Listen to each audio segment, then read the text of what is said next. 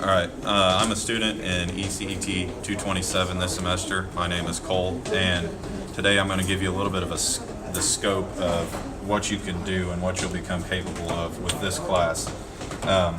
It's actually really cool. One of the things we're doing right now is we're taking music from our phone, we've built a circuit to amplify it, and we're actually playing it out a loudspeaker using a Class D amplifier.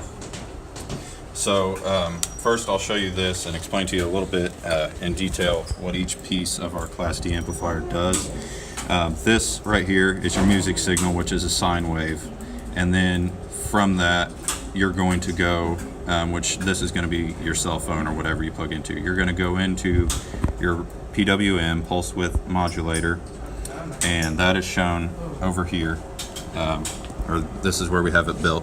So we use these two op amps to create it, and out of this first one we get a triangle wave. Then out of the second one, which is the end of our PWM, we get a rectangle wave with a variable pulse width. And then from that, as you can actually hear somebody playing music in the background right now, you go into the driver. The driver is something we use a lot in this class. It's this prefabricated board that you attach to your breadboard. What it does is it takes this chip right here, which you supply it. You have one of these in your parts kit, and you'll have these two MOSFETs. This chip and board will drive these two MOSFETs hard on or off based on the signal that they're getting. For this chip, you have to give it a high voltage, which we're getting out of here, 28 volts, and that comes in right here with this red wire. You then give it a lower voltage, 15 volts, right here, and this 15 volts is what goes to your chip. And then your black wire is just a common between the grounds of this one and the ground of this board, known as your power ground. In this case, it's your bigger ground. From your driver, like I said, you'll go through your MOSFETs, and you get out of that a rectangle wave with a variable duty cycle and pulse width. When you leave your MOSFETs, your signal, what it does is it gives pulses of energy to this last section, which is your low pass filter.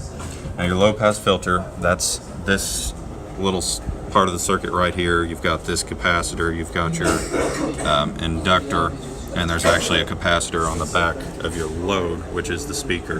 That's all part of it, and what that does is it will recover your audio signal and get the clean music signal ready, and it'll send it straight into your speaker.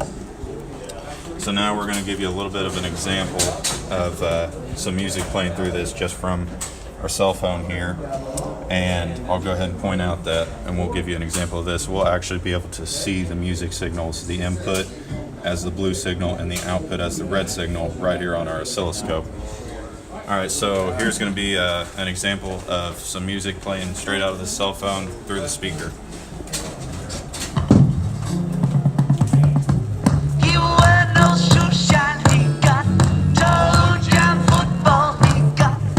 And then you can actually see here's your input signal straight from the cell phone. Here's your output signal from your circuit going straight to the speaker.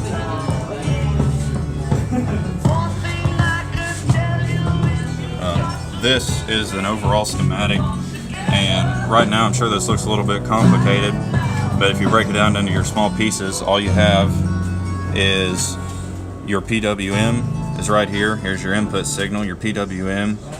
This is all part of your prefabricated board. You just supply these parts. So this is your driver and your MOSFETs, and then you've got your low pass filter right here with your load being this little resistor shown right here, and that's your speaker. You just put the data.